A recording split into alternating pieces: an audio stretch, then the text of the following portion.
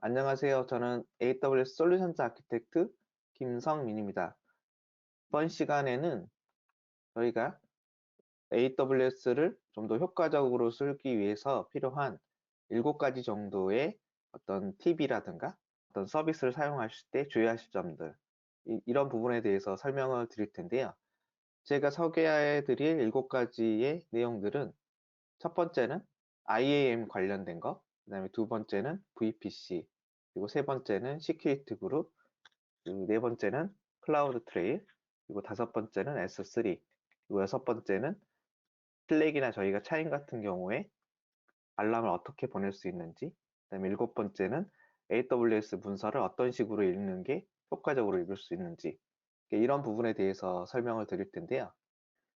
저희가 시작하기 전에 먼저 얘기를 드리고 싶은 부분은, 사실 이제 클라우드 서비스를 쓰게 된다면 이제 여러분들의 마인드셋이 조금 바뀌었으면 하는 생각이 들어요. 어떤 부분이냐면, 그 전에 소프트웨어 개발만 했다든가, 나는 프론트엔드 개발자였다든가, 아니면 백엔드 개발자였다든가, 그러니까 이런 식의 마인드보다는, 그러니까 클라우드 환경에서는 여러분들의 인프라라든가 여러 가지 서비스를 한꺼번에 여러분들이 직접 관리를 하고 할 수가 있기 때문에, 단순히 개발자라기보다는 나 역시도 데브옵스 엔지니어다, 그러니까 이렇게 생각을 하시고 접근을 하시면은 훨씬 더 많은 것들을 하실 수가 있고, 특히나 스타트업 같은 경우는 이런 마인드가 꼭 필요하지 않을까 하는 생각이 듭니다. 본격적으로 IAM, 즉 Identity and Access Management 관련해서 설명을 드릴 텐데요. 저희가 IAM 관련해서는 이제 가장 많이 강조를 하는 부분이, IAM을 가지고 AWS의 리소스들을 접근을 제어를 하고 그 다음에 사용자들한테 권한을 부여하기 때문에, 사실 저 IAM을 잘못 쓰는 경우에 보안 사고라든가 이런 부분이 많이 발생을 해요. 그리고 실제 지금 보여드리는 이 네 가지의 최소 권장 사항은 여러분들이 아주 자주 실수를 해서 여러분들의 계정이 탈취가 된다든가 아니면 더 큰 어떤 피해를 본다든가, 이러한 것들을 유발시킬 수 있는 그러한 아주 사소한 실수들이거든요. 근데 사소한 실수들이기 때문에 조금만 신경을 쓰시면 그거를 미리 방지를 할 수가 있고 훨씬 더 안전하게 AWS를 사용할 수가 있습니다. 그 첫 번째가 바로, 여러분들이 AWS 계정을 생성한 이후에 루트 계정이 만들어지는데, 그거를 이제 프로그램을 작성을 하실 때라든가 운영을 하실 때 절대 사용하지 말라는 부분이고요.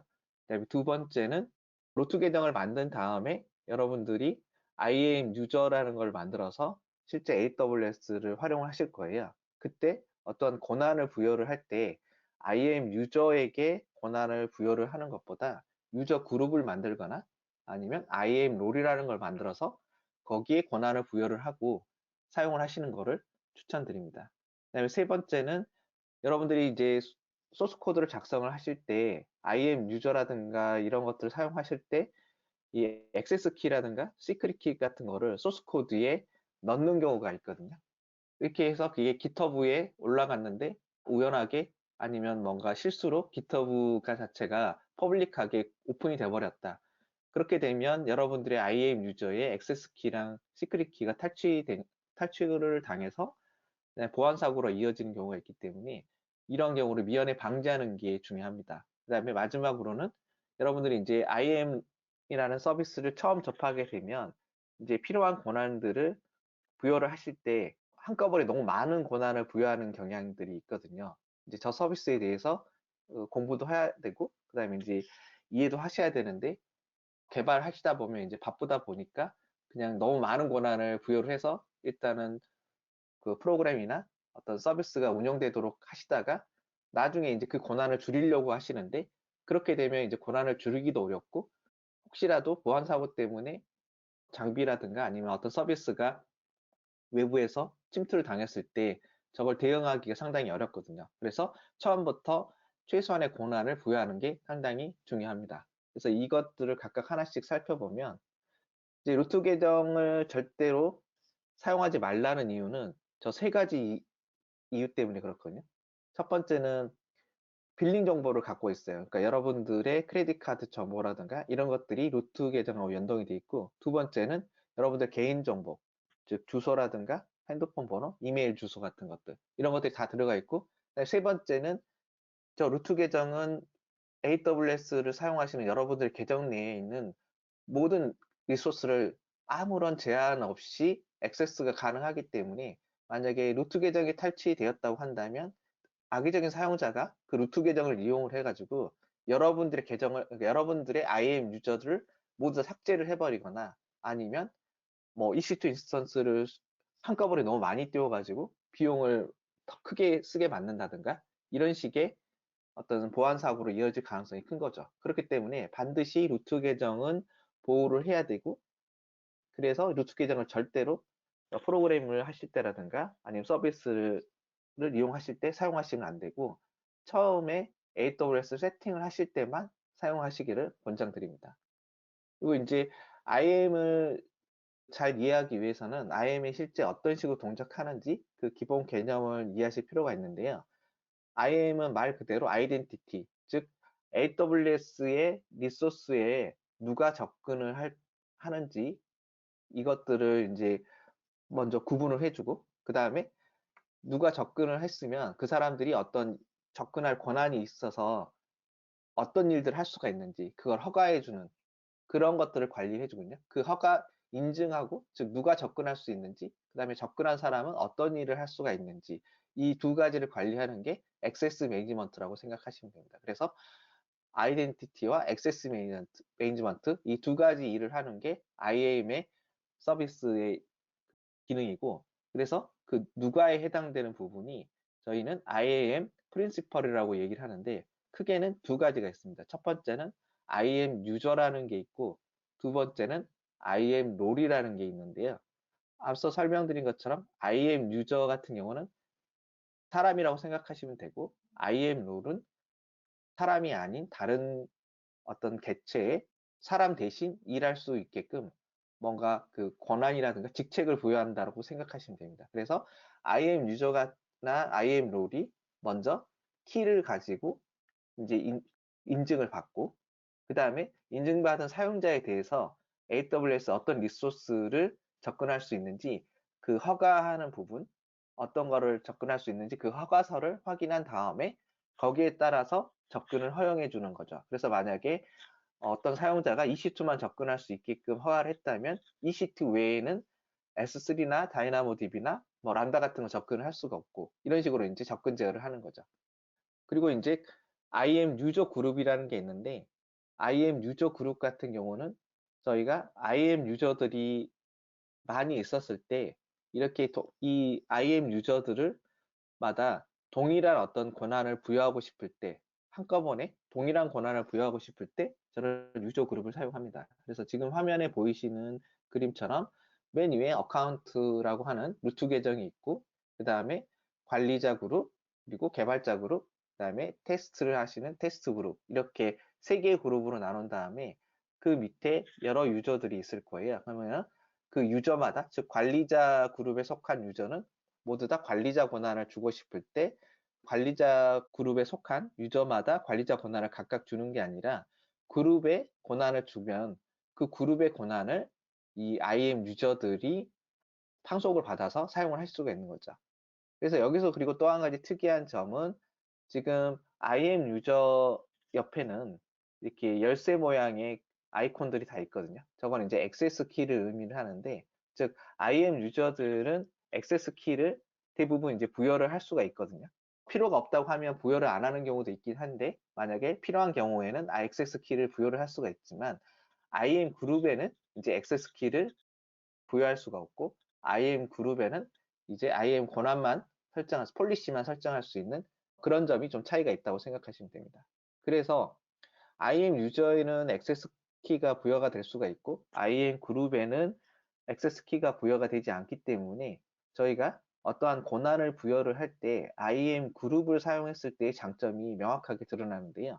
첫 번째로는 이제 사용자마다 어떤 권한이라든가 이 권한을 새로 추가하거나 제거한다고 생각해 봤을 때, 만약에 왼쪽에 있는 것처럼 IAM 유저별로 별도의 권한을 준다고 한 이후에 다시 그거를 제거를 하겠다. 그렇게 하면 모든 유저마다 각각 다 권한을 제거해야 되기 때문에 저런 추가나 제거 관리가 어려운데, IAM 그룹 같은 경우를 사용을 하시면 그룹에만 권한이 들어가 있기 때문에 내가 어떤 특정 사용자에게 권한을 부여를 하고 싶다 한다면 그 사용자를 그 IAM 유저의 그룹에 넣어버리면은 그 권한을 그대로 상속을 받아서 쓸 수가 있습니다. 또 반대로 권한을 제거하고 싶다고 한다면 그룹에서 빼면 쉬운 거죠. 그리고 권한 자체에 대해서도 앞서 드린 것처럼 최소한의 권한을 처음에 부여를 하실 테니까, 그러한 권한을 만약에 어떤 특정 그룹에 추가적으로 권한을 추가를 하고 싶다, 아니면 IM 유저가 특정한 권한을 좀 더 추가하고 싶다, 이런 식으로 생각을 해봤을 때, 만약에 개별적인 권한들이 모든 유저에게 있다고 가정을 하면 그 개별적인 권한들을 모두 다 수정을 해줘야 되는 그런 번거로움이 있는데, 그룹을 사용할 경우에는 그 그룹에 속해 있는 권한만 수정을 해주면 그 그룹 내에 있는 모든 유저들은 새로운 그런 권한을 부여받기 때문에 그런 권한의 수정이나 삭제 자체도 훨씬 더 쉬워지는 거죠. 그리고 액세스 키 자체가 없기 때문에 만약에 액세스 키가 어떤 노출이 됐다든가 실수로, 이런 상황에 대해서 상대적으로 대응이 훨씬 더 쉬워질 수가 있는 거예요. 그 IAM 유저 같은 경우에 만약에 아예 특정 IAM 유저의 액세스 키가 노출이 됐다. 그렇다면 그 사용자가 갖고 있는 모든 권한을 이렇게 뒤져본 다음에 문제를 해결해야 될 텐데, 만약에 그룹을 사용하신다면 그룹 내에 어떤 IAM 유저가 액세스 키가 노출이 됐다고 한다면 바로 그 사용자를 그룹에서 제거를 해서 아무런 권한이 없도록 만들어 버리면 이제 피해를 훨씬 더 줄일 수가 있는 거죠. 그렇기 때문에 IAM에 어떤 권한을 부여를 할 때 IAM 유저를 보다는 IAM 그룹에 권한을 부여하고 그거를 활용하시는 게 훨씬 더 효과적입니다. 다른 상황으로 보면, 만약에 일반적인 사용자를 관리자로 권한으로 승격을 시키겠다, 이런 식의 시나리오를 생각해 봤을 때, 만약에 그냥 IAM 유저한테 권한을 주게 된다면, 만약에 개발자 권한을 갖고 있는 사람한테 관리자로 승격을 시킨다면 개발자 권한도 갖고 있고 관리자 권한도 주는 이런 구조가 될 거예요. 그런데 이렇게 되면은 개발자 권한은 이미 관리자 권한에 포함되어 있기 때문에, 즉 관리자 권한은 모든 권한을 다 가지고 있기 때문에 사실 관리자 권한만 갖고 있으면 개발자 권한이 필요가 없거든요. 이렇게 약간 중복돼서 관리가 되는데, 만약에 그룹으로 관리가 된다면 이 사람을 개발자 그룹에서는 빼고 어드민 그룹에 넣는다든가 이런 식으로 관리하기 쉬워진다는 거죠. 그리고 만약에 IAM 유저가 사람이 아니라 EC2 인스턴스나 AWS 람다 같은 경우에 어떤 권한을 부여를 하고 특정 EC2 인스턴스에서만 다이나모DB라든가 S3 접근을 한다든가, 아니면 AI 서비스를 활용해서 어떤 특정 람다를 활용한다든가, 이런 경우에 이제 저렇게 AWS 리소스 자체에 권한을 부여를 해야 되는 경우가 있는데, IAM 폴리시는, 즉 권한은 사용자들, 유저랑 유저 그룹에 대해서는 바로 부여가 되지만 리소스 같은 엔티티에는 바로 권한을 부여를 할 수가 없거든요. 그래서 이런 경우를 위해서 저희가 IAM 롤이라는 거를 만들어서 IAM 롤에 권한을 부여를 하고, 즉 폴리시를 추가를 하고, 그 IAM 롤을 AWS EC2랑 AWS 람다 같은 저런 엔티티에 연결을 시켜줘서 그 권한을 사용할 수 있도록 만드는 게 IAM 롤이라고 생각하시면 되는데요. 그래서 저렇게 IAM 롤을 썼을 때랑, 그러면 사용자들, IAM 유저들이 액세스 키를 가지고 작업을 할 때 어떤 차이가 있냐면, IAM 유저 같은 경우는 저 액세스 키를 변경하지 않는 한 그걸 계속 사용하실 수가 있거든요. 즉 상시 자격 증명이 되는 거고, 그 다음에 오랜 기간 동안 사용하실 수가 있는 거예요. 근데 반면에 IAM 롤 같은 경우는 저희가 어떠한 권한을 줬다, 그래서 그 권한을 가지고 어떤 AWS의 S3 같은 서비스에 접근을 하고자 한다. 그러면 그때 필요한 액세스 키라든가 이런 것들이 임시로 만들어지고, 즉 임시 자격증명이 이제 부여가 되고, 임시 자격증명이 부여된 기간 동안에만 서비스에 접근을 할 수가 있는 거죠. 그래서 저 서비스 접근이 임시 자격증명이 부여된 시간이 끝나게 되면 더 이상 이제 저 서비스에는 접근할 수 있는 권한이 없기 때문에 훨씬 더 안전한 거죠. 그렇지만은 만약에 IAM 유저 같은 경우는 항상 저 액세스 키를 바꾸거나 아니면 액세스 키의 기간을 제한하지 않는 이상은 어떠한 특정 서비스에는 무조건 저 키로 접근을 되기 때문에 저게 노출이 됐을 때 상당히 더 큰 위험이 생기는데, IAM 롤에서 쓰는 거는 저런 그 키 자체가 노출되기도 어렵고, 사실 노출이 된다 하더라도 일정 기간이 지나게 되면 사용이 불가하기 때문에 훨씬 더 안전한 거죠. 그래서 저런 식의 두 가지 차이점이 있기 때문에 저희가 액세스 키보다는 IAM 룰을 활용을 하시라고 그러고, 그래서 대표적인 경우로 여러분들이 이제 웹서버라든가 어떠한 이제 배치 프로그램이라든가 뭐 이런 어플리케이션들을 EC2에서 실행을 하게 될 텐데, 그때 그 어플리케이션의 액세스 키를 하드 코딩 하지 않고 EC2가 가지고 있는 IAM 룰을 활용해서 그 운영을 하실 수가 있는데요. 그 예를 한번 살펴보면, 만약에 저희가 S3에 어떤 포토라고 하는 버킷을 하나 만들고 이 버킷을 접근할 수 있는, 이 버킷에만 접근할 수 있는 어떠한 권한을 IAM 룰을 하나 만들었다고 가정을 해볼게요. getFix라고 하는 어떤 IAM 룰을 만들었다고 가정하면, 그 다음에 이 IAM 룰을 가지고 저희가 EC2 인스턴스를 생성한 다음에 EC2 인스턴스에 IAM 롤을 이제 추가를 한 거죠. 그리고 그 EC2 인스턴스 위에 저희가 어플리케이션을 실행을 시킨다. 즉, 그 포토라고 하는 저 S3 버킷에 접근해서 어떤 작업을 할 수 있는 어플리케이션을 실행하고자 한다. 그러면 저 어플리케이션이 실제로 저 S3에 접근하고 하기 위해서 필요한 저런 크리덴셜 정보를 어떻게 가져오냐면, EC2에 IAM 롤을 연결을 시켜주면 EC2 안에 있는 인스턴스 프로파일이라는 게 만들어지고, 그 실제 어플리케이션에서는 인스턴스 프로파일에서 크리덴셜 정보를, 즉 S3에 접근할 수 있는 그러한 시큐리티 크리덴셜 정보를 가져와서 마치 자기가 그 권한을 가지고 있는 것처럼 시큐리티 크리덴셜을 가지고 S3에 접근해서 사용을 하는 거죠. 그렇기 때문에 만약에 저 어플리케이션 같은 경우에는 SX키라든가 이런 것들이 필요가 없이 저렇게 접근하고 원하는 작업들을 수행을 할 수가 있다는 거죠.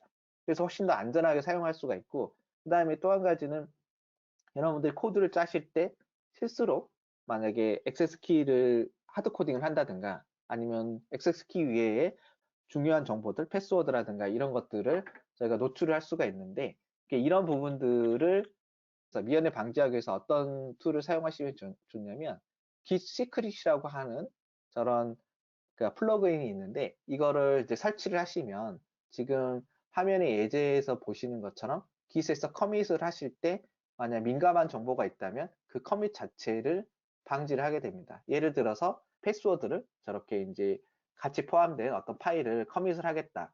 그런데 Git Secret을 이용을 해가지고 저 패스워드 패턴을 이제 등록을 하는 거죠. 그래서 패스워드라는 키워드가 있고, 그 다음에 이퀄하고, 그 다음에 여러 가지 그 단어들이 이렇게 있는데, 그래서 그런 형태의 정규식으로 표현을 해가지고 등록을 해놓으면 저런 패턴에 매칭이 되는 것들은 모두 다 Git에 커밋되면 안 되기 때문에 이렇게 에러 메시지를 보여주는 거죠.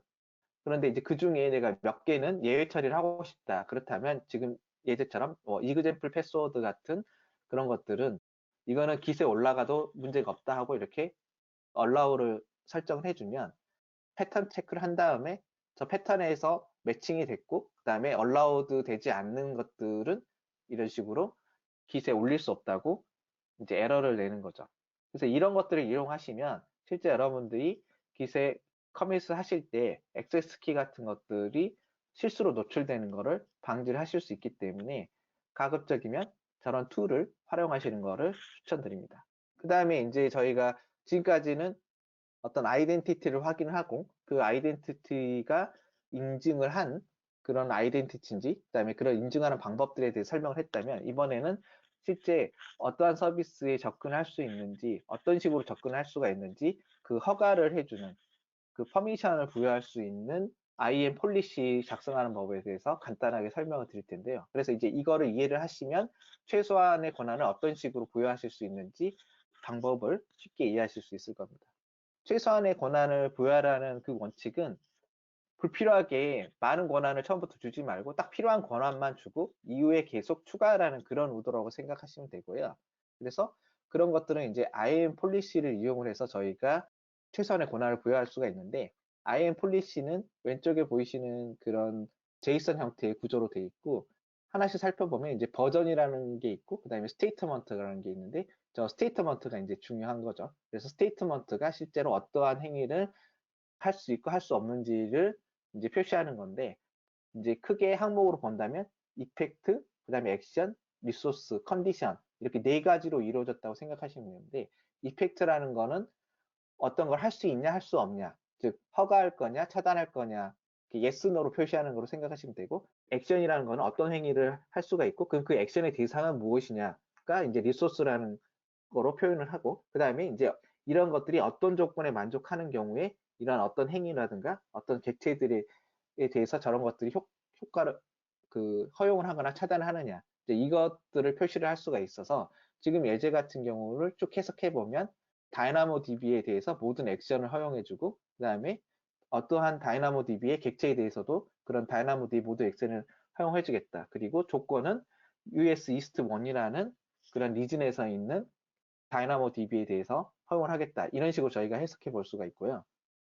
화면의 왼쪽의 그림처럼 만약에 조건 같은 게 없이 이런 식으로 모든 AWS의 다이나모DB에 대해서 다이나모DB의 모든 액션을 허용하겠다, 이런 식으로 하면 너무 많은 권한이 부여된 거기 때문에, 여기에서 내가 읽기만을 원한다고 한다면 지금 이런 식으로 구체적인 읽기에 대한 그 액션에 대해서 이렇게 제한을 주면 특정 액션을 허용할 수 있도록 권한을 이렇게 축소할 수가 있고, 그래서 처음부터 오른쪽에 있는 것처럼 작성하시는 게 훨씬 더 낫다는 거죠.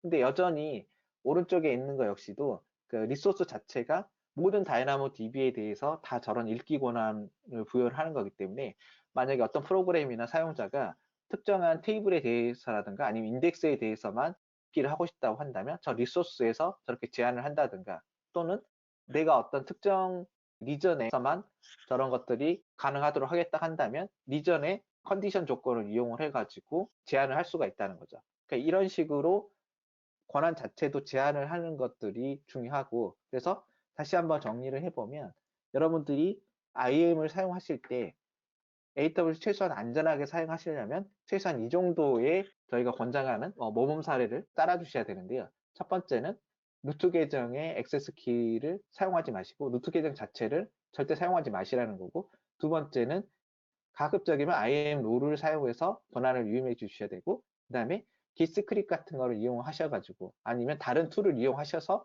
액세스 키가 절대로 노출되지 않도록 주의하셔야 되고, 그 다음에 세 번째는 EC2 인스턴스에서 실행되는 어플리케이션 같은 경우도 마찬가지로 액세스 키 같은 거를 이용해서 실행하는 게 아니라 IAM 룰을 이용해서 사용하시고, 그 다음에 IAM 폴리시를 작성하실 때는 항상 최소한의 권한을 부여한 다음에 그 다음에 필요한 경우에 권한을 추가하는 방식으로 작성하시기를 권장을 드립니다. 그래서 보다 더 많은 어떤 보안 모범 사례라든가 권장 사항에 대해서는 아래 링크를 한번 꼭 참고를 하셔서 확인해 주시면 좋을 것 같습니다. 지금까지는 이제 IAM 룰에 대해서 설명을 드렸는데, 그 다음에 이제는 두 번째로 저희가 VPC에 대해서 설명을 드릴 텐데요. 여러분들이 이제 AWS를 처음 사용하시게 되면 VPC라는 개념을 이제 딱 처음부터 바로 사용을 하셔야 되는데, 이제 VPC 소개하는 그런 문서라든가 이런 거 보시면 이러한 네트워크 구조에 대한 그림이 나올 건데, 딱 보면 과거에 알고 계셨던 개념인데 이게 좀 시간이 오래 지나다 보니까 약간 생소하게 다가오는 그런 개념들이 막 보이실 거예요. 그러니까 첫 번째로는 IP가 두 개가 존재하죠. 하나는 이제 퍼블릭 IP고 다른 하나는 이제 프라이빗 IP라는 게 있고, 그 다음에 또 넷이라는 게 있어요. 그리고 저런 IP 대역을 나누어 가지고 뭐 서브넷이라는 걸 사용을 하는데, 어떤 거는 프라이빗이다, 어떤 건 퍼블릭이다, 이런 얘기도 하고 있고, 그리고 저 서브넷을 표시할 때 보면 뒤에 이제 뭐 24, 16 이런 식의 어떤 숫자들이 보이고, VPC 설정을 하실 때 라우팅 테이블 같은 경우도 수정을 하거나 설정을 해 주셔야 되는, 그러니까 이런 상황이 좀 벌어지거든요. 그래서 이제 실제 그래서 VPC를 여러분들이 이해를 하시려면 앞서 보여드렸던 그런 그림에 나왔던 저런 IP에 대한 주소 체계, 서브넷 마스크를 어떤 식으로 만들어지는지, 그 다음에 공인IP, 퍼블릭 IP랑 사설 IP, 프라이빗 IP가 어떤 차이점이 있는지, 그리고 넷이라는 게 어떤 건지, 그 다음에 라우터랑 라우터 테이블이 어떤 식으로 동작하는지, 이런 부분들을 이해를 하시면 VPC가 훨씬 더 이해하기가 쉬워지거든요. 사실은 이제 여러분들이 처음에 이해하기 어려운 이유가 OSI 7레이어 중에 지금 VPC를 이해하기 필요한 개념들이 지금 1, 2, 3 레이어인 네트워크 레이어까지의 내용들이거든요. 그래서 이제 4, 5, 6, 7 레이어 같은 경우는 여러분들이 프로그램을 하면서 자주 접하게 되는 내용인데 1, 2, 3에 해당되는 그런 네트워크 레이어까지의 내용들은 실제로 아마 접할 기회들이 많지가 않으셔서 저런 개념들이 때로는 약간 생소하게 다가오실 수가 있을 거예요. 그래서 이제 VPC를 잘 이해하기 위해서 저런 개념들에 대해서 조금 한 번 더 짚어보고 VPC를 한번 생각을 해보면 첫 번째 IP 주소부터 생각을 해보면 IP 주소는 크게 보면 밑에 있는 식으로 그 숫자 형태, 그 다음에 점이 있는 형태로 이렇게 많이 보실 텐데 사실은 저 숫자가 8비트씩 나눠져 있는 이진수를 이제 10진수로 바꾼 거잖아요. 그래서 원래 IP 주소는 이진수인데 10진수로 표현하기 위해서 이렇게 8비트씩 끊어서 이렇게 10진수로 표현을 하고 각각을 이제 그 점으로 구분했다. 이제 이런 표시인데 그래서 이제 저희가 서브넷 마스크라고 해서 어떠한 네트워크가 있는데 그 네트워크를 서브넷이라는 개념으로 나눠서 사용을 하고 싶다. 그때 이제 서브넷을 표현하기 위해서 IP 주소를 서브넷 마스크라는 방식으로 표현을 하는데 그 서브넷 마스크를 활용을 해서 실제 IP 주소를 네트워크를 표시하는 부분하고 그 네트워크에 그 연결되어 있는 그 네트워크를 사용하고 있는 실제 호스트들을 구분하는 영역으로 저희가 이렇게 분리를 해볼 수가 있는데 그래서 서브넷 마스크를 표시를 할 때는 맨 뒤쪽에 보이는 숫자 24라든가 아니면 16 이런 식으로 해서 내가 앞에서부터 몇 비트까지의 이진수 값을 네트워크를 표시하는 숫자로 사용을 할 건지를 표시해주는 그 숫자 값으로 이제 8이라든가 16, 24 이런 식으로 이제 표시를 해주게 되고 그래서 서브넷 마스크를 잘 보시게 되면 지금 보이시는 그림처럼 어떠한 동일한 서브넷 내에 있는 호스트들은 모두 동일한 프리픽스를 갖게 되죠. 예를 들어서 192.168. 그 1점으로 시작하는 하나의 네트워크가 있다고 치면 그 안에 이렇게 3개의 호스트가 있다. 그래서 1번, 2번, 3번 같은 이런 3개의 호스트가 있다고 했을 때 이 3개의 그 호스트들은 동일한 프리픽스를 갖고 있는 거죠. IP 주소에서. 그래서 같은 네트워크 상에서 호스트의 IP 주소는 네트워크부가 모두 동일하고 그래서 호스트부에 만약에 비트가 0이라고 한다면 그거는 네트워크 자체로 라우팅을 해주기 위한 네트워크 주소를 표시를 하는 거고 또 반대로 호스트 부분에 있는 비트가 모두 1이다. 그래서 최대 255 이렇게 표시가 될 수 있겠죠. 이런 것들은 모든 호스트에 내가 패킷을 보내고 싶을 때 사용하는 수완 IP 주소로 이렇게 활용이 되는 거죠. 그리고 내가 특정한 그 호스트에 보내고자 한다면 저 네트워크부랑 그 다음에 그 호스트부의 비트까지 포함을 해서 즉 192.168.1.2로 보내고 싶다 하면 이런 식으로 표시로 해서 이제 패킷을 보낼 수가 있는 거죠.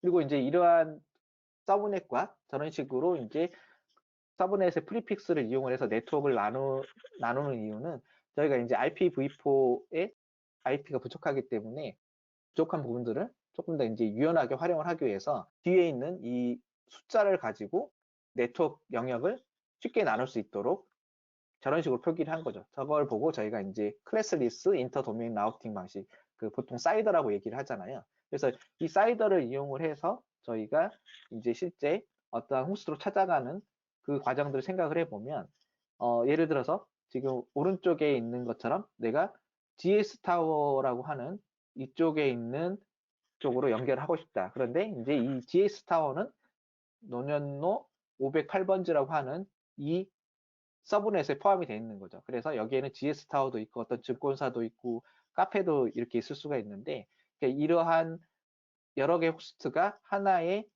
노년로 서브넷에 포함이 되어 있는 거죠. 그래서 저희가 이 GS 타워 IP 주소를 줬을 때 찾아가는 방식이 맨 먼저 네트워크 부분을 이렇게 찾아서 노년로라고 하는 저 네트워크로 가는 거고, 그 다음에 네트워크 부분들을 제외한 나머지 호스트 부분을 가지고 GS 타워를 찾아서 이 GS 타워로 저희가 원하는 패킷을 보내는 거죠. 그래서 저렇게 사이더를 사용하셨을 때는 저 사이더에 있는 숫자 값에 따라서 실제 사용할 수 있는 호스트의 숫자가 정해지는 거죠.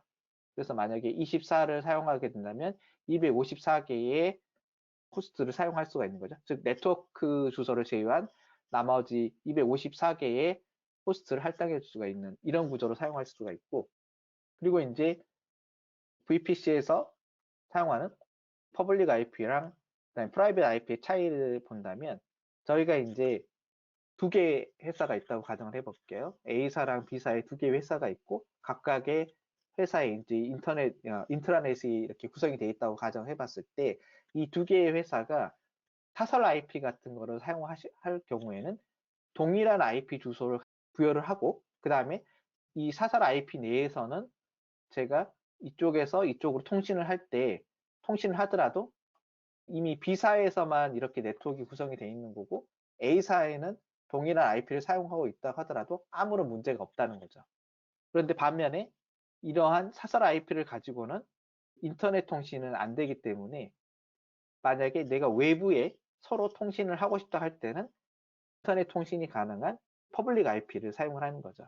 그래서 프라이빗 IP 대역으로 사용할 수 있는 거는 이렇게 크게 그 세 개의 IP 대역을 저희가 사용할 수가 있고, 그래서 여러분들이 처음에 AWS 어카운트를 생성하시게 되면 주로 172로 시작하는 디폴트 VPC가 생성이 되실 거고, 그 다음에 여러분들이 추가로 VPC를 만들고 싶다고 한다면 이렇게 10점대라든가 아니면 192점대라든가 아니면 또 172점대의 IP 대역을 사용하셔서 VPC 대역을 만들어주고, 그 이후에 필요한 경우에 퍼블릭 IP를 EC2라든가 아니면 어떠한 리소스에 부여를 하는 식으로 해서 사용을 하셔야 됩니다.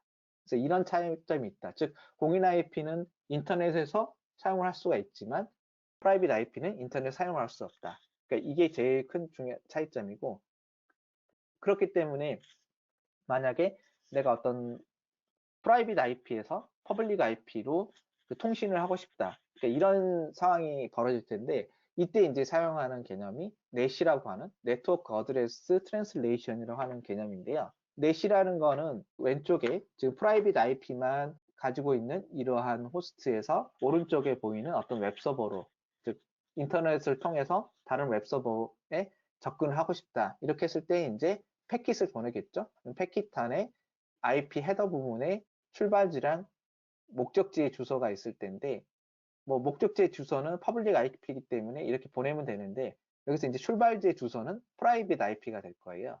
그래서 이 프라이빗 IP가 넷을 통과하면서 넷의 퍼블릭 IP로 바뀌게 됩니다. 그러니까 이렇게 주소를 바꿔주기 때문에 네트워크 어드레스 트랜슬레이션이라고 얘기를 하고, 그래서 실제로 이 퍼블릭한 웹서버 같은 곳으로 패키지 전달이 될 때는 출발지가 넷 어드레스의 퍼블릭 IP 주소로 바뀌어서 여기에 전달이 되고, 그럼 여기에서 이제 응답을 보낼 때는 웹서버 같은 경우는 이미 출발지의 주소가 원래 출발지의 주소가 아닌 넷의 주소이기 때문에 넷의 주소로만 이제 다시 패킷을 보낼 수가 있는 거죠. 그래서 패킷을 이렇게 보내게 되면 여기에서 똑같이 이 퍼블릭 IP를 이제 이번에는 프라이빗 IP로 변경을 해서 원래 그 도착지인 이쪽 서버로 이렇게 보내줄 수가 있는 거죠. 그러니까 이런 식으로 네트워크의 주소를 변경해 주는 방식이 넷인데, 그래서 여기서 이제 주의하실 점은 AWS 안에 저렇게 이제 프라이빗 IP로만 구성되어 있는 그 프라이빗 서브넷이 있을 거고, 이제 인터넷에 있는 어떤 서버에서 내가 어떤 프라이빗 서브넷에 있는 이러한 EC2 인서트라든가 어떤 서비스로 접근을 하겠다 했을 때, 그럼 이렇게 넷을 쓰면 이 가능할까? 그러니까 이런 게 이제 궁금하실 거예요.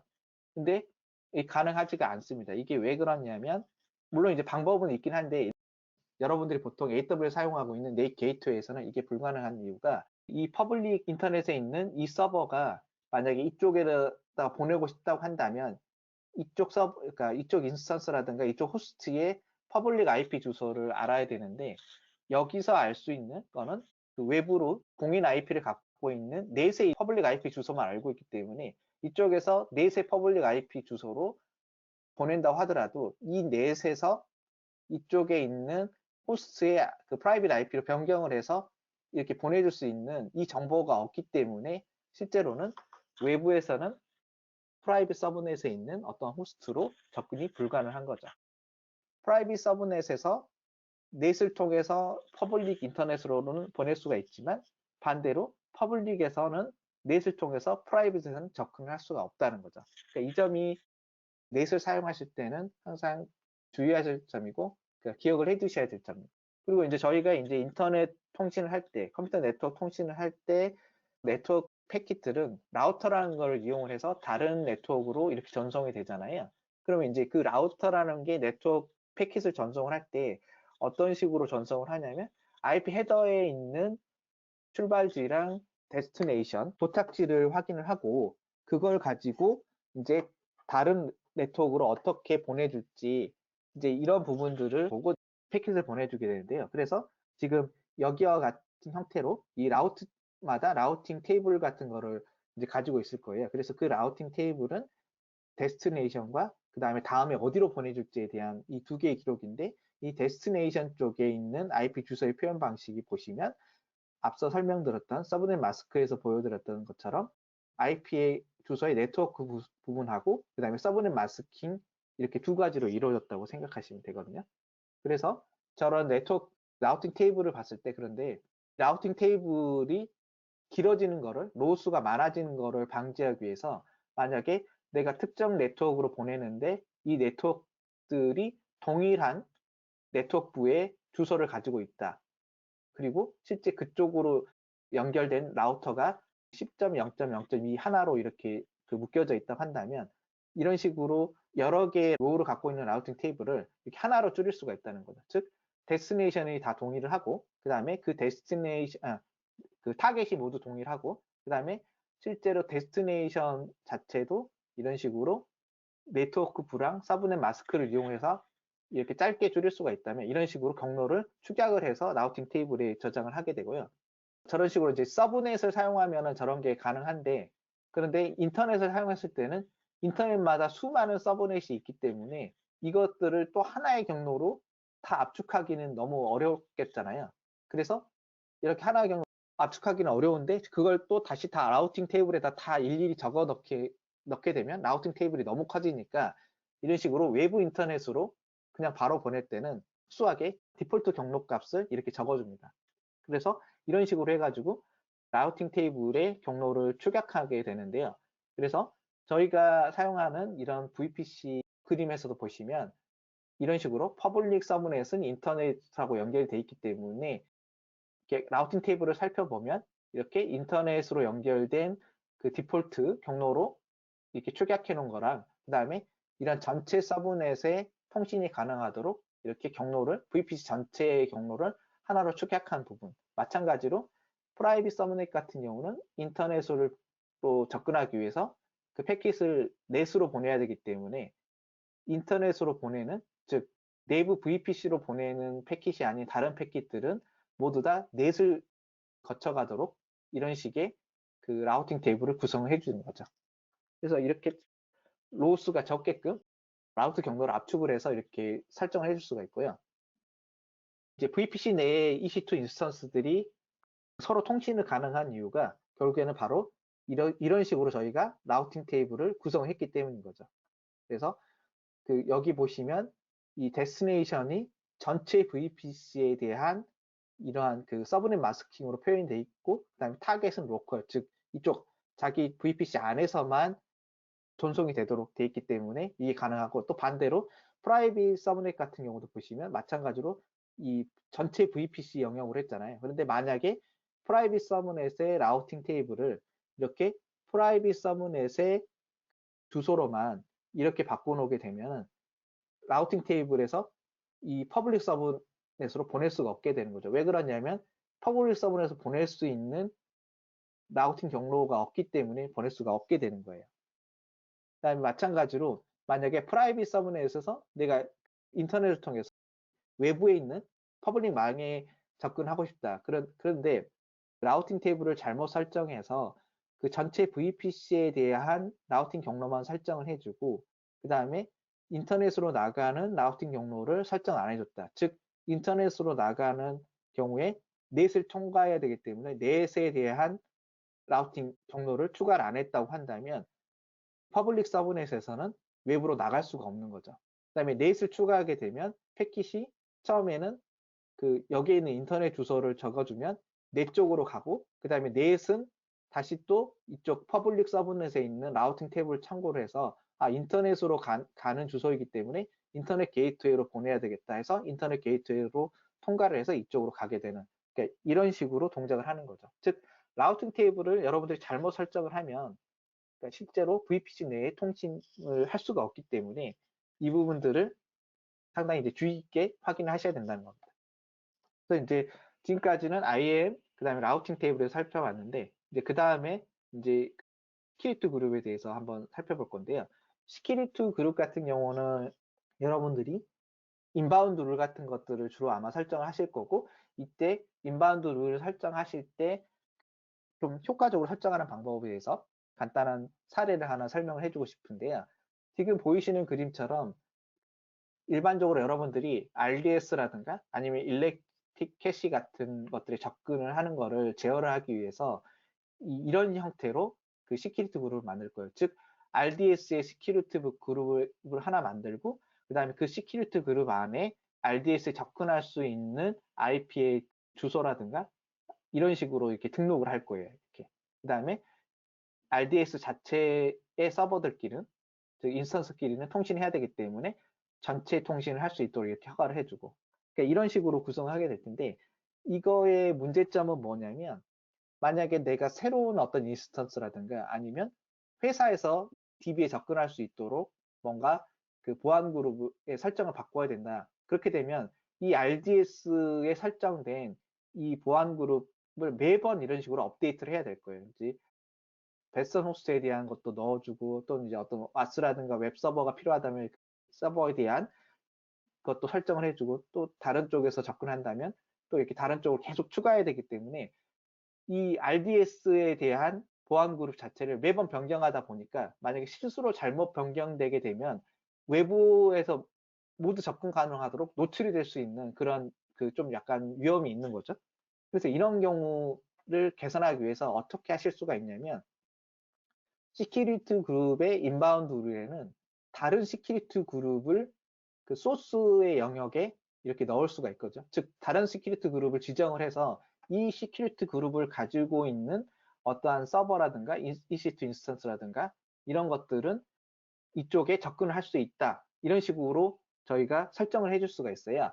그래서 이렇게 만약에 EC2에서 어떠한 RDS에 접근을 하실 때 RDS의 시큐리티 그룹은 딱 이렇게 두 가지만 추가를 하는 거예요. 인바운드를. 첫 번째는 RDS 자체에서는 모두 접근이 되도록 이렇게 허가를 해주고 그 다음에는 이 RDS에 접근할 수 있는 시큐리티 그룹을 하나 만들고 그 시큐리티 그룹을 가지고 있는 경우에만 접근할 수 있도록 이렇게 그 시큐리티 그룹에 대해서만 접근 허용을 해놓는 거죠. 그리고 실제 접근을 원하는 것에서는 이 RDS에 접근할 수 있는 그 시큐리티 그룹을 부여를 해주고 또 이 EC2 인스턴스라고 하면 EC2 인스턴스 자체에 대해서 접근을 제어를 해주는 시큐리티 그룹을 추가로 이렇게 부여해주는 그러니까 이런 방식으로 관리를 하시게 되면 만약에 어떤 빌딩 같은 거 오피스라든가 아니면 새로운 EC2 인스턴스를 내가 새로 추가해서 RDS에 접근하고 싶다. 와스에 대해서 와스 서버 EC2 인스턴스가 RDS에 접근하고 싶다. 그렇게 된다면 그때 와스 자체에 대한 시큐리티 그룹을 따로 두시고 그 다음에 그 RDS 접근이 필요한 그 와스에 해당하는 그 RDS 접근용 시큐리티 그룹을 또 추가로 주시게 되면 이쪽에 있는 RDS 자체의 시큐리티 그룹은 그 수정할 필요 없이 접근을 허용할 수 있도록 해주는 거죠. 마찬가지로 그렇게 되면 만약에 오피스 같은 경우에 내가 이제 VPN을 연결을 해서 접근을 하겠다. 이런 경우에만 이런 식으로 RDS 자체에 시큐리티 인바운드를 고쳐주시면 되시는 거고 그 외에 나머지 AWS 내에서 접근하는 것들은 RDS에 접근할 수 있는 그 접근용 이 시큐리티 그룹을 활용을 해가지고 다 모두 접근 가능하도록 만들어 줄 수가 있다는 거죠. 근데 이제 여기서 보시는 것처럼 AWS 내에 있는 리소스들은 시큐리티 그룹을 이용해서 활용이 가능한데 지금 AWS 바깥에 있는 이러한 사무실 대역이라든가 아니면 그 원격 근무를 위해서 잠시 이제 카페 같은 데서 카페 IP 주소를 가지고 이렇게 접근을 허용한다든가 그렇게 될 때에는 여전히 이 RDS 자체의 시큐리티 그룹을 이렇게 수정을 해줘야 되는 그러한 좀 위험 부담도 있고 좀 안 좋은 점이 있죠. 그래서 이거를 최종적으로 좀 더 안전하게 관리를 하실 수 있는 부분은 3개의 시큐리티 그룹을 만드는 거예요. 그래서 첫 번째는 RDS 자체의 시큐리티 그룹이고 그다음에 두 번째는 이 시큐리티 그룹을 가지고 있는 경우에 이 RDS에 접근할 수 있도록 이렇게 만들어주는 그 RDS 접근용 시큐리티 그룹 하나를 더 만들고 그 다음에는 이렇게 외부에서 RDS 같은 경우에 접근을 하실 때 그 바로 RDS 접근하도록 허용하지 마시고 프락시를 두시는 거죠.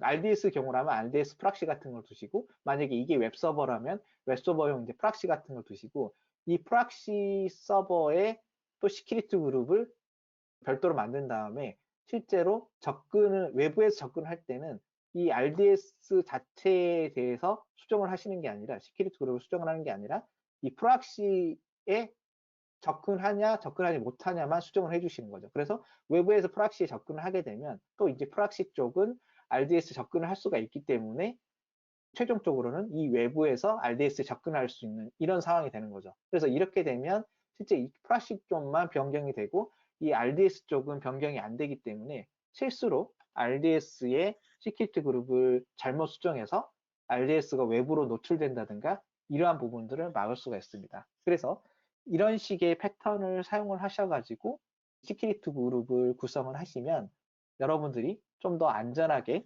사용을 하실 수가 있습니다.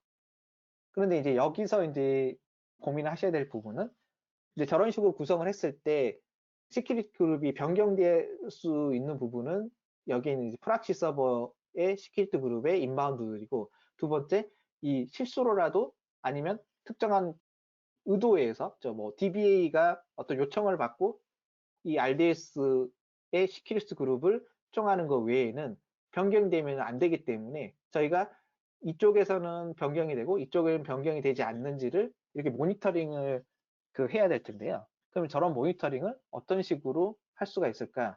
이런 부분들이 좀 고민이 되실 거예요. 그래서 이런 부분들을 쉽게 해결하기 위해서 사용하는 서비스가 클라우드 트레일이라고 하는 서비스가 있습니다. 보통 저희가 이제 데브옵스처럼 시큐리티 옵스, 즉 보안 관련된 운영 작업이라든가 뭐 탐지 작업이라든가 이런 것들을 저희가 시큐옵스라고 셋옵스라고 이제 얘기를 하는데 이제 그런 대표적인 사례가 AWS 계정 내에 저런 이제 보안 그룹이라든가 리소스가 변경되어 있는지 어떻게 변경되는지 확인하려면 어떻게 하는지 그다음에 만약에 IAM 유저라든가 롤이라든가 그런 거기에 부여된 어떤 액세스 키라든가 아니면 어떤 IAM 사용자가 어떠한 리소스를 생성을 했다든가 이런 것들을 어떻게 모니터링 할 건지 그리고 저러한 모니터링 결과 같은 것들을 이제 알람으로 어떻게 받을 수가 있는지 즉 EC2 인스턴스에 내가 보안 그룹을 설정을 해놨는데 그걸 누군가가 악의적으로 이제 수정을 했는지를 모니터링 하고 싶어서 그런 부분들을 어떻게 자동화할 수 있는지 그러니까 이런 식의 활동들을 하게 될 텐데요. 이때 이제 사용할 수 있는 게 클라우드 트레일이라는 서비스입니다. 그래서 클라우드 트레일이라는 서비스는 여러분들이 사용하시는 AWS 어카운트들에서 여러분들을 대신해서 인증을 받은 사용자가 앞서 얘기한 IAM 유저라든가 또는 IAM 롤 이런 식의 인증을 받은 어떤 사용자들이 그 AWS 리소스에 어떠한 액션을 했는지, 즉 삭제를 했는지, 추가를 했는지, 아니면 보안 그룹을 변경을 했는지 이러한 것들을 로깅을 해서 감시를 할 수 있도록 도와주는 서비스가 클라우드 트레일이라는 서비스입니다. 클라우드 트레일을 사용하시게 되면 저렇게 이제 보안 활동 같은 거를 점검 활동 같은 거를 쉽게 하실 수가 있는데 저희가 클라우드 트레일 같은 경우는 최대 90일 동안에 어떤 식으로 AWS 리소스에 변경이 있었는지를 기록을 해놓고 그 다음에 그러한 로그 데이터를 가지고 저희가 이벤트 브릿지랑 연동을 해가지고 여러분들한테 알람을 보낼 수가 있고 그리고 다른 서비스에 연동을 해서 보안상의 이슈라든가 아니면 어떤 일이 그 보안 사고 같은 것들을 다시 한번 분석을 해볼 수 있는 그런 것들을 제공을 할 수가 있거든요. 그래서 실제로 이제 클라우드 트레이를 이제 이네이블 시켜서 여러분들이 사용을 하시게 되면 클라우드 트레이에는 이러한 정보들을 갖고 있는 이제 로그들이 저장이 되는데요. 그 정보들을 약간 분류를 해보면 누가 무엇을, 즉 어떠한 리소스에 대해서 언제 어디서 어떤 방식으로 어떤 변경을 했거나 어떤 방식으로 액션을 취했고 그 액션의 결과가 어떤 거다. 이러한 5가지 정도의 카테고리의 정보를 저 로그에 이제 담고 있고 그 예를 하나를 보면 지금 만약에 어떤 보안 그룹의 인바운드 규칙에서 이러한 IP 주소에서 접근을 할 때 998번 포트로 접근하는 걸 허용하도록 누군가가 바꿨다. 그러니까 이런 식의 로그가 어떤 식으로 클라우드 트레일에서 저장하냐면 첫 번째로 이런 모양이 될 거고 여기서 보실 거는 첫 번째로는 누가, 즉 여기 보시면 밥이라는 사용자가 그다음에 무엇을, 즉 이벤트 네임을 보시면 되는데 그 이벤트 네임이 Authorized Security Group Ingress, 즉 시큐리티 그룹의 인바운드들을 허용을 한 거죠. Authorize를 한 건데 그때 요청한 내용이 뭐냐면 지금 TCP 프로토콜의 998번 포트에 대해서 그다음에 IP 레인지는 이렇게 192로 시작하는 이런 IP 레인지의 거를 변경을 허가를 해달라 이런 식으로 요청을 한 거고 그래서 근데 그 요청을 언제 했냐면 이 시간대에 했고 그다음에 그 요청한 리전은 US 이스트 1이라는 그 리전인 거죠. 그리고 요청 방식은 어순을 통해서 여기 보시면 이벤트 타입에 API 콜을 했다고 이제 표시가 되는 거죠. 그리고 그 결과 지금 리턴된 값을 보면 이제 리턴이 됐고 실제 이러한 이벤트로 해가지고 반영이 됐다고 이렇게 결과가 보이는 거죠. 그래서 이제 이런 식으로 로그가 쭉 쌓이기 때문에 내가 어떤 시큐리티 그룹의 인바운드들이 변경이 됐다든가 이런 것들을 이벤트 로그를 가지고 추적을 해볼 수가 있는 거죠. 그래서 누가 바꿨고 언제 바꿨고 어떤 식으로 바꿨는지 이런 것들을 다 확인을 하실 수가 있는 거예요. 그래서 저런 로그를 그러면 이제 어떤 식으로 저희가 조회해 볼 수가 있냐? 크게 보면 이제 2가지 방식으로 볼 수가 있는데 첫 번째는 AWS 콘솔에 가신 다음에 그 콘솔에서 이렇게 필터링을 해서 웹 UI로 보시는 방법이 있고 두 번째 방식은 이제 저희가 클라우드 트레일의 로그를 아테나를 이용을 해서 분석을 하실 수가 있거든요. 그래서 이제 이렇게 분석을 하실 수가 있는데 분석할 수 있는 거를 하나의 서비스로 저희가 클라우드 트레일 레이크라는 서비스가 있어요. 그래서 클라우드 트레일에 접속을 해보시면 레이크라고 하는 이러한 메뉴가 새로 추가가 되어 있는데 이거는 과거에 클라우드 트레일 로그를 아테나를 이용을 해서 분석하는 거를 하나의 서비스로 저희가 만들어준 거라고 생각하시면 되는데 그래서 클라우드 트레일 레이크라든가 아테나를 이용하시면 이런 식으로 SQL 쿼리 형태로 저렇게 분석을 하실 수가 있는 거죠.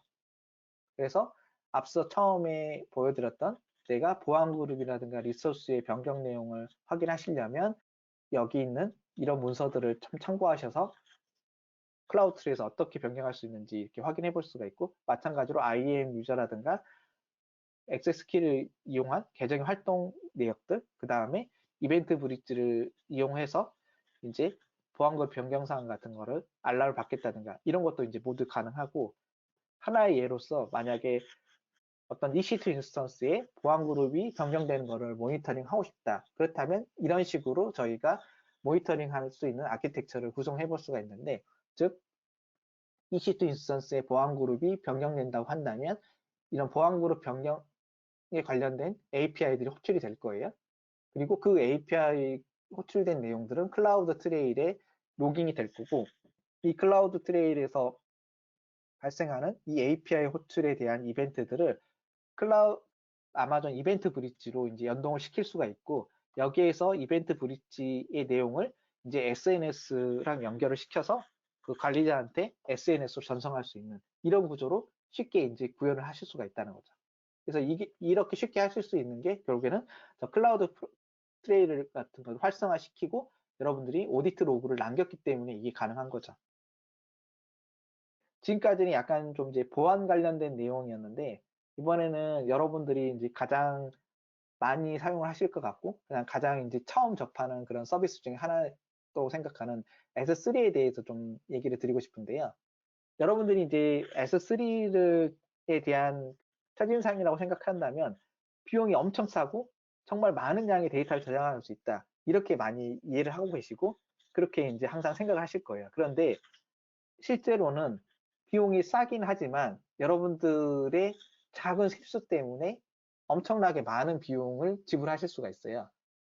작은 실수들을 생각을 해보면 크게 세 가지인데, 첫 번째는 S3에 요청하는 모든 그 요청에 대한 비용이 같다고 착각을 하시는 거예요. 즉, get 오브젝트, put 오브젝트, list 오브젝트 이런 요청이 모두 같다고 생각하는 거고, 두 번째는 S3의 데이터를 저장을 할 때, 즉 오브젝트를 저장할 때 매우 작은 사이즈의 어떤 파일들을 아주 많이 저장을 하신다는 거예요. 그러니까 S3에 저장하면 무조건 많이 저장할 수 있고 가격이 싸니까 그냥 막 저장해야지 하고 이렇게 이제 저장하시게 되면 그 보통 아주 작은 파일들을 저장하는 경우가 있거든요. 그다음에 세 번째로는 S3에 접근하실 때 VPC 엔드포인트를 사용하지 않으시고 프라이빗 서브넷이나 아니면 퍼블릭 서브넷에서 그냥 바로 이렇게 접근하시는 경우가 있어요. 이 세 가지 실수 때문에 여러분들이 S3에 대한 비용을 필요 이상으로 더 지불해야 되는 경우가 발생을 하거든요. 그래서 하나씩 살펴보면 S3의 요청 비용은 모두 다 다릅니다. 그래서 실제로 S3의 프라이싱 페이지에 확인해 보시면 지금 보이시는 것처럼 풋, 카피, 포스트 같은 이렇게 데이터를 생성하는 것, 그 다음에 데이터의 목록을 조회하는 것과 그 다음에 데이터를 조회하는 것, get이나 select 같은 거라든가 아니면 또는 이제 삭제하는 것, delete 같은 경우는 지금 요금이 거의 10배 차이가 나요. 앞에 보시면 이제 스탠다드 경우에 0.004, 0045, 그 다음에 이런 경우는 0.00035, 즉 10배 차이가 나기 때문에 풋 하나가 겟보다 10배의 비용이 더 비싸다고 생각하시면 되는 거죠. 그리고 또 한 가지, 저렇기 때문에 만약에 작은 파일들을 S3에 많이 저장을 하게 된다. 그렇게 되면 비용이 또 엄청나게 올라갈 수밖에 없는 게 바로 이 부분이에요. 즉 S3를 사용하실 때 저희가 많이 권장을 드리는 게 라이프 사이클을 적용을 해서 자동으로 오래된 데이터들이 S3 글레이셔라든가 아니면 S3 원존이라든가 아니면 인프리퀀트 액세스 형태로 바꿔서 저장하는 거를 저희가 많이 권장을 드리는데, 이때 만약에 작은 파일들이 아주 많이 저장이 된다. 그렇게 된다면 일단은 그러한 작은 파일들이 이렇게 수명주기 전환 요청을 받았을 때 이때 수명주기 전환 요청마다 이런 식의 비용이 추가가 되는데 파일 개수만큼 결국에는 비용이 추가가 되겠죠. 그러니까 파일이 많을수록 즉 객체가 많을수록 추가되는 비용이 많이 발생을 하고, 또 한 가지는 그 글레이셔라든가 이런 쪽으로 저장을 할 때 이렇게 그 글레이셔 저장할 때마다 그 오브젝트에 추가로 저희가 메타 정보를 기록하거든요.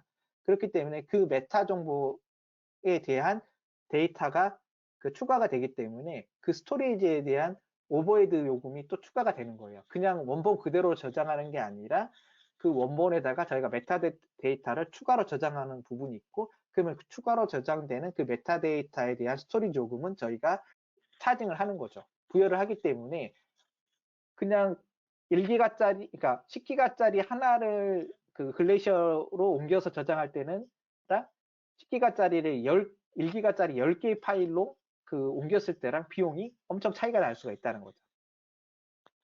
그리고 만약에 리스트 같은 연산을 했을 때도 마찬가지인데, 작은 파일들이 엄청 많게 되면 저 리스트 요청을 해서 보여줘야 될 그 파일들이 엄청 많기 때문에 실제로는 훨씬 더 비용을 더 증가시킬 수가 있다는 거죠. 그렇기 때문에 여러분들이 이 S3에 저장을 하실 때는 가급적 작은 사이즈의 파일을 많이 저장하는 것보다 파일들을 좀 크게 만든 다음에 적은 수의 파일을 저장하는 게 훨씬 더 효과적입니다. 그래서 여러분들이 이제 보통 저희가 데이터 파이프라인이라든가 이런 데이터 분석 시스템을 구성하실 때 대략 이런 모양의 아키텍처를 가져가실 거예요. 그래서 데이터 소스에서 키네시스 하고 키네시스 파이어스를 이용을 해가지고 S3에 저장하고 이거를 아테나를 이용을 해서 분석을 하시고 그거를 퀵사이트를 이용을 해가지고 비주얼라이즈는 하실 거예요. 근데 이런 식으로만 하시게 되면 지금 앞서 얘기 드렸던 그러한 비용이 증가하는 문제가 발생을 하게 되는데요. 왜 그러냐면 키네시스 파이어홀스를 사용을 하실 때 키네시스 파이어홀스에서 버퍼링 할 수 있는 리밋이 시간으로 본다면 최대 15분까지의 데이터만 저장을 할 수가 있고 또는 128메가의 파일까지만 저희가 데이터를 모아서 이 사이즈가 넘어가면 자동으로 S3에 파일들이 저장이 되게 되거든요. 그렇기 때문에 실제로 S3에 이렇게 데이터를 파티셔닝해서 저장을 한다. 그러면은 하나의 파일 사이즈가 128메가 넘지 못하기 때문에 작은 사이즈의 파일들이 엄청나게 많이 있게 되는 거죠. 그러면 앞서 같은 그런 문제가 발생을 하는 거예요. 왜 그러냐면 일단은 풋을 하실 때 작은 파일들이 많이 들어가게 되죠. 그 다음에 또 한 가지는 아테나로 쿼리를 하실 때 객 같은 걸 하실 때도 작은 파일들이 많이 읽어야 되기 때문에 그 비용이 오퍼레이션 비용이 많이 발생을 하고 그렇기 때문에 이렇게 작은 파일들을 하나의 큰 파일로 이렇게 머지를 한 다음에 머지한 걸 해서 다시 S3에 넣는 이런 작업을 하고 그 다음에 S3에 머지된 걸 갖고 아테나에서 활용할 수 있도록 이렇게 하셔야 되는데 이때 사용할 수 있는 방법이 아테나의 그 create table as select라고 하는 ctas라고 하는 쿼리를 이용을 해서 이렇게 압축해서 저장하는 이런 단계들이 꼭 필요하다는 거죠. 그리고 이런 단계들을 이렇게 람다 함수 같은 거를 이용을 해가지고 주기적으로 실행을 해서 그래서 S3에 이렇게 큰 사이즈의 파일들을 적은 수로 저장을 하고 아테나에서 쿼리하는 식으로 하셔야지 데이터 레이크라든가 이런 데이터 분석 시스템을 만들었을 때 S3의 비용을 훨씬 절감시키고 그 다음에 성능도 훨씬 더 높여서 사용하실 수가 있는 겁니다. 마지막으로 S3의 접근 비용에 대해서 생각을 해볼 텐데요. 여러분들이 이제 AWS에는 데이터 트랜스퍼 비용이라는 게 있죠. 그래서 일반적으로는 AWS 여러분들의 계정 안쪽, 즉 VPC 안으로 들어오는 인바운드에 대한 트래픽에 대해서는 과금을 안 하고 여러분들의 VPS에서 바깥으로 나가는 그 트래픽에 대해서는 과금을 하는 그런 데이터 트랜스퍼 비용이 발생을 하는데요. 그런데 이런 S3나 다이나모DB나 이런 것들은 여러분들의 VPC 안쪽에 있는 서비스가 아니라 AWS가 관리하고 있는 VPC, 즉 AWS 자체의 어카운트에 있는 VPC에 있는 서비스이기 때문에 여러분들의 VPC에서 이러한 S3나 다이나모DB에 연결을 할 때는 기본적으로 인터넷 게이트웨이를 통과를 해서 이렇게 사용을 하게 되거든요. 그리고 만약에 이 프라이빗 서브넷에 있는 어떤 EC2 인스턴스라든가 어떤 서비스에서 접근을 하게 된다. 그렇게 된다면 넷 게이트웨이를 통과한 다음에 인터넷 게이트웨이를 통과해서 이러한 서비스에 접근하는 이런 식으로 접근을 하게 될 거예요. 그런데 이때 이렇게 퍼블릭 서브넷이나 이런 곳을 통해서 그냥 인터넷 게이트만 통과를 해가지고 S3 같은 거 접근을 할 때는 그렇게 비용이 차지가 안 되는데 아웃바운드지만도 비용이 차지가 안 된다는 거죠. 그렇지만은 만약에 넷 게이트웨이를 통과하게 된다면 인터넷 게이트웨이를 통과할 때 차지되는 비용은 발생을 하지 않지만 넷 게이트웨이를 통과할 때 발생하는 비용은 여전히 차지가 된다는 거예요. 그렇기 때문에 만약에 이러한 프라이빗 서브넷에서 넷 게이트를 통해서 S3에 접근을 하게 된다. 그렇게 되면 넷 게이트의 비용이 크게 발생을 하기 때문에 실제로 S3의 비용이 증가할 수가 있는 거죠. 그래서 이런 경우에는 저희가 VPC 엔드포인트라는 것을 이용을 해서 저 비용을 절감할 수가 있는데요. 그 원리를 좀 살펴보면 앞서 얘기 드렸듯이 프라이빗 서브넷에서 S3로 접근을 할 때는 넷 게이트를 통과를 해서 그 다음에 인터넷 게이트를 통과해서 이런 식으로 접근을 하게 될 거거든요. 그런데 만약에 저희가 게이트웨이 엔드포인트라는 거를 추가를 하고 그 다음에 앞서 설명드렸던 라우팅 테이블, 즉 이 라우팅 테이블에 이 S3로 바로 갈 수 있는 이러한 라우팅 정보를 추가하는 거죠. 즉 S3로 접근을 할 때는 무조건 VPC 엔드포인트를 통과를 해서 바로 접근해라. 이런 식으로 라우팅 테이블을 설정을 해주면 이게 어떻게 동작을 하냐면 프라이빗 서브넷에서 내가 S3로 접근한다. 그렇게 되면 패킷이 이 라우터로 가고 라우터 테이블에서 확인해 보니 이제 S3로 갈 때는 VPC 엔드포인트로 통과시키면 되겠네 하고 VPC 엔드포인트 쪽으로 패킷을 보내게 되는 거죠. 그렇게 VPC 엔드포인트로 패킷을 보내면 바로 다이렉트로 이제 S3로 이렇게 접근이 되도록 허용이 된다는 거예요. 그렇게 되면 중간에 있는 즉 인터넷 게이트웨이를 통과하기 위해서 필요한 넷 게이트웨이를 통과하지 않고 바로 VPC 엔드포인트를 통과해서 S3로 접근하기 때문에 넷 게이트웨이의 비용이 발생하지 않는다는 거예요. 그래서 여러분들이 S3의 전체적인 비용은 즉 S3를 접근하기 위해서 발생하는 데이터 트랜스퍼 비용을 줄일 수가 있다는 겁니다.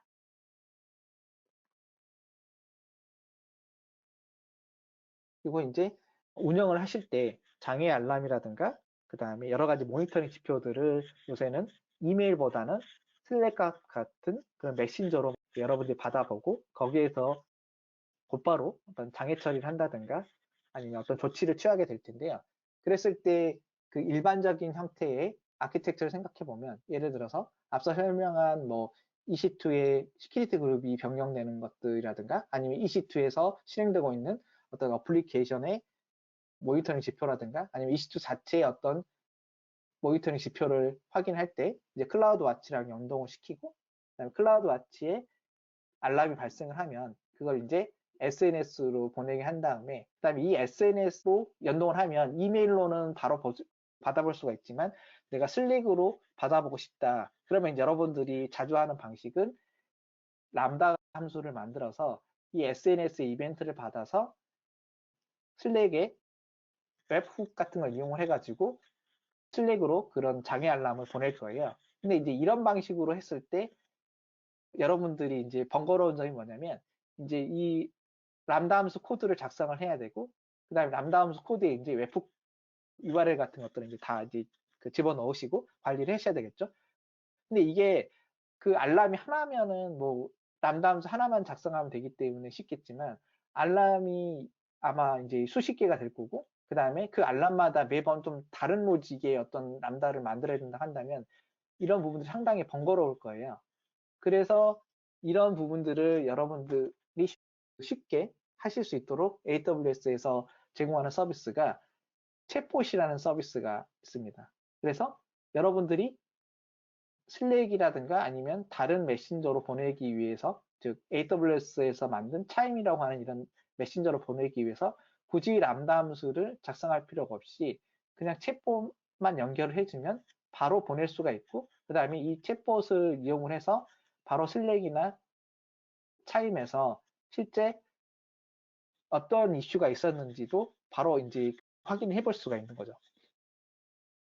좀 자세히 설명드리면 챗봇이라는 거는 어떤 이벤트를 받아가지고 그거를 슬랙이나 차임과 같은 이런 메신저로 이벤트를 대신 전송해주는 이러한 서비스라고 생각하시면 되고 그렇기 때문에 AWS 여러 서비스에서 발생하는 노티피케이션을 받아가지고 전송을 해주고 그 다음에 이것들이 이제 람다 함수 같은 거를 작성하실 때 앞서 얘기했던 그 IAM 롤이라든가 어떤 보안 그룹이라든가 이런 것들을 잘 설정을 하셔야 될 텐데 챗봇은 저희가 미리 IAM 롤이라든가 이런 것들을 잘 디파인해서 여러분들이 잘 쓰실 수 있도록 미리 만들었기 때문에 그런 부분에 있어서도 훨씬 더 안전하게 사용하실 수가 있고 그리고 만약에 어떤 문제가 생겼을 때 그거를 바로 이렇게 확인해 볼 수 있도록 확인할 수 있는 명령어를 실행할 수 있는 그런 기능도 갖고 있습니다.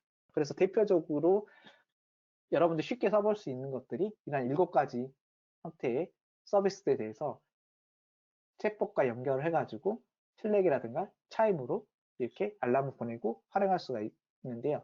좀 더 이제 자세한 내용은 여기 아래에 있는 블로그를 한번 참고를 해보시면 쉬우실 것 같고 앞으로 이제 슬랙으로 어떤 알람을 보내겠다. 그럴 때는 이제 람다를 먼저 떠올리실 게 아니라 아마존 챗봇을 사용하시는 거를 이제 권장을 드립니다.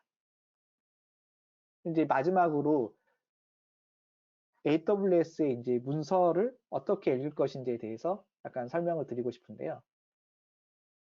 여러분들 개발자들의 이제 업무 시간을 확인해 보면 실제 코드를 작성하는 시간보다 여러분들이 다른 사람의 코드를 읽거나 아니면 문서를 읽거나 이런 시간이 훨씬 더 많습니다. 그렇기 때문에 여러분들의 생산성, 즉 프로그래머들의 생산성을 올린다고 한다면 어떻게 보면 얼마나 내가 그 문서를 빨리 읽을 수 있고 효과적으로 읽을 수 있고 다른 사람의 코드를 빨리 읽을 수 있고 효과적으로 읽을 수 있는지를 그런 방법들을 터득한다면 그게 어떻게 보면 코드를 작성하는 스킬을 올리는 것보다 훨씬 더 생산성을 더 올릴 수 있는 그런 방법 중에 하나라고 생각이 되는데요.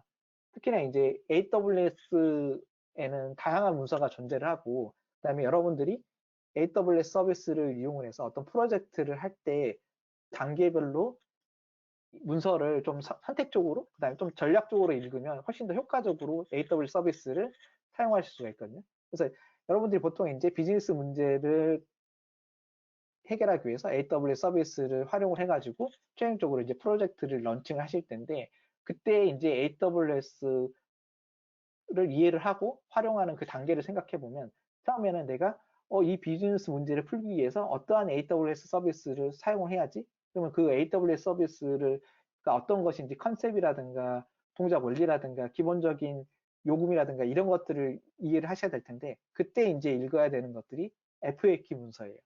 그리고 대략 이러한 서비스가 있고 이건 어떤 용도로 쓰는 거다. 그렇다면 이제 실제 이걸 가지고 내가 개발을 해야 되니까 간단한 어떤 동작 원리라든가 예제 같은 거를 찾는다든가 그다음에 이게 최대 얼마까지 쓸 수가 있는지 그런 쿼터 같은 걸 확인하실 때는 디벨로퍼 가이드를 보시고 학습을 하시는 거죠. 그래서 이런 식으로 해서 이제 개발을 하신 다음에 그러면 더 잘 쓸 수 있는 방법은 없을까?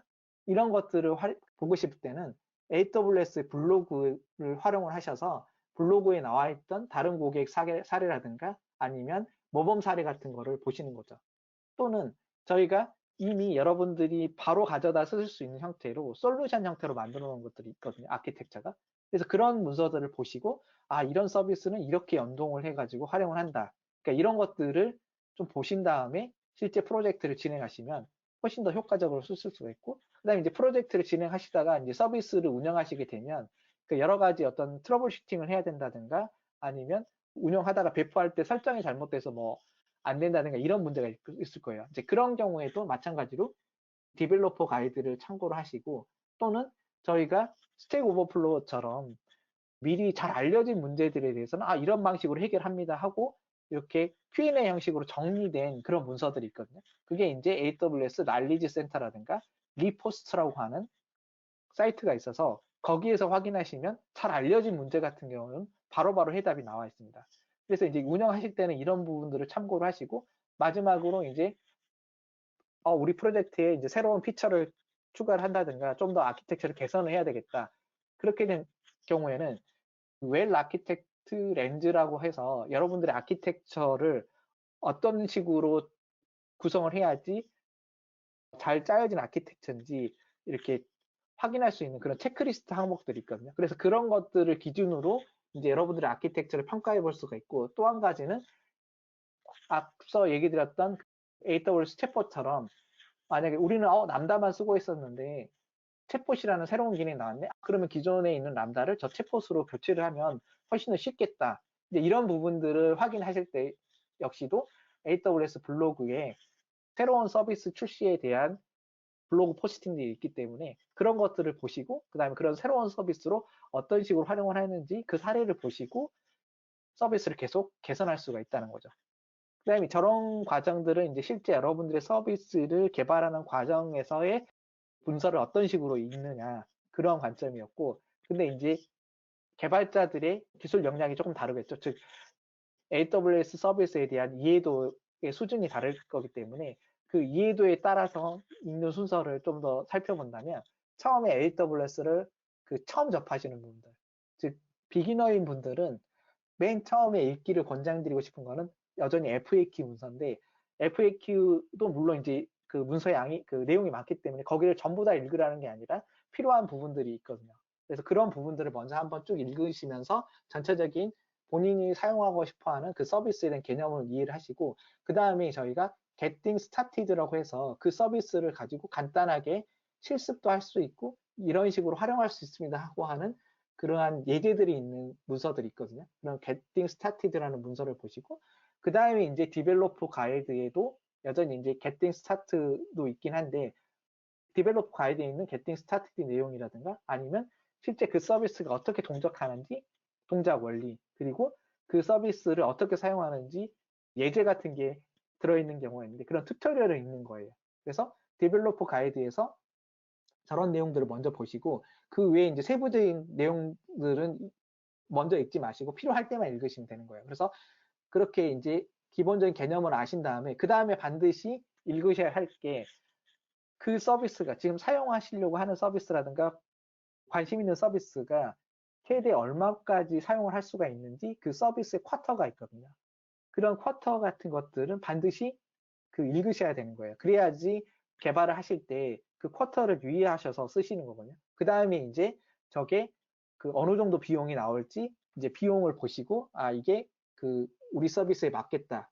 우리 서비스 개발할 때 그 어느 정도 비용 정도를 우리가 필요하겠다. 이런 걸 예측하실 수 있기 때문에 저런 순서대로 이제 읽으시면 되는 거고 그 다음에 이제 저런 부분들을 다 읽고 나서 어느 정도 그 서비스에 되게 익숙해져 있고 그 다음에 그러면 좀 더 활용을 해보고 싶다. 그럴 때는 이제 디벨로퍼 가이드에 조금 더 세부적인 내용들을 보시면 되고 그 다음에 이제 조금 더 그런 서비스들을 여러 개의 서비스를 연계해서 활용하는 사례들을 보고 싶다고 한다면 AWS의 그 블로그 사이트에 가보시면 각 주제별로 다양한 내용들이 있거든요. 아키텍처에 관련된 내용, 그다음에 빅데이터, 그다음에 머신러닝, 뭐 컨테이너 다양한 주제가 있기 때문에 여러분들이 관심 있는 주제의 그 카테고리에 가셔서 거기에서 이제 검색을 해보신다든가 아니면 RSS 피드를 받으셔서 새로운 사례들이 나오면 그것들을 이렇게 쭉 보시면 실제로 여러분들이 개발하실 때 활용할 수 있는 그러한 그 약간 아이디어라든가 아니 개선할 수 있는 아키텍처 같은 것들을 많이 배우실 수 있거든요.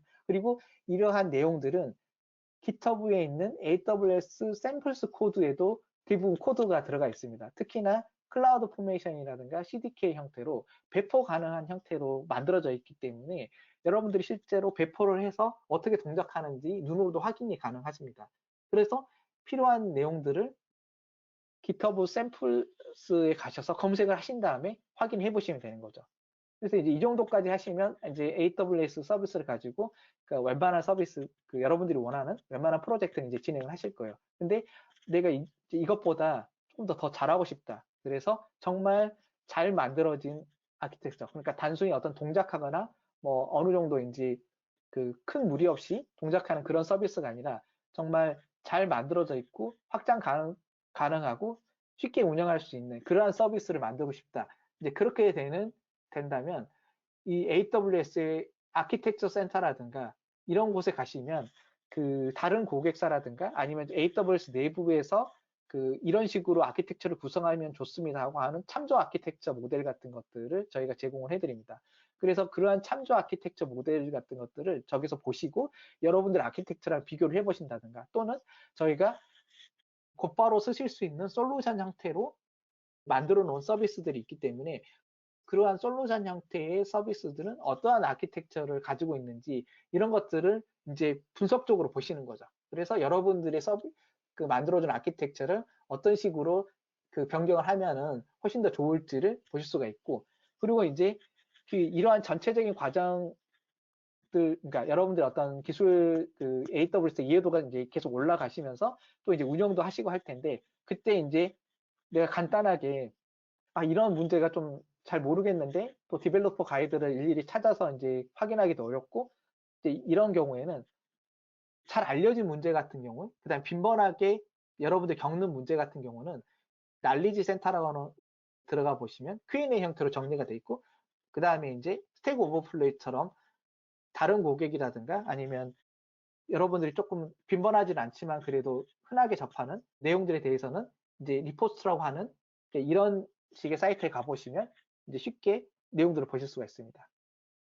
그리고 여러분들이 이제 자주 묻는 질문들 중에 하나가 요금이 얼마냐, 그다음에 최대 얼마나 쓸 수가 있냐, 뭐 베스트 프랙티스 이런 것들이 있는데 이런 것들 역시도 AWS에 이런 문서들을 참고하시면 쉽게 보실 수가 있고 그리고 여러분들이 이제 할당량을 증가해달라 그러니까 이런 식의 요청사항도 있는데 그런 부분들은 AWS 서비스 쿼타에 가시면 이렇게 할당량을 증가할 수 있는 이러한 가이드가 나와 있거든요. 그래서 이것들을 보시고 서비스에 대한 할당량을 스스로 여러분들 스스로 직접 요청을 하실 수가 있습니다. 그 외에도 앞서 얘기 드렸던 이런 리포스트라든가 그다음에 이제 AWS 다큐멘트 세터 같은 이런 것들을 여러분이 이제 북마크를 해두시면 쉽게 저런 그 문서들에 대해서 접근하실 수가 있고요. 그다음에 마지막으로 이제 스타트업들 고객들을 위해서 저희가 유튜브 채널을 이렇게 고객 사례들라든가 핵심 서비스라든가 그다음에 간단한 데모들에 대해서 운영을 하고 있기 때문에 이런 것들을 한번 방문해 보시고 이제 여러분들이 AWS 서비스에 대해서 좀 더 공부를 해보시면 좋을 것 같습니다. 그래서 이제 정리를 해보자면 이렇게 각각 7가지 정도의 내용으로 저희가 정리를 해볼 수가 있고 7가지 내용들은 이 세션이 끝난 다음에 저희가 배포한 자료들을 한번 보시고 한번 더 확인해 보시면 좋을 것 같습니다. 그 외에 좀 추가적으로 이제 보실 만한 자료들을 여기에 좀 추가를 했고요. 긴 시간 동안 들어주셔서 감사합니다.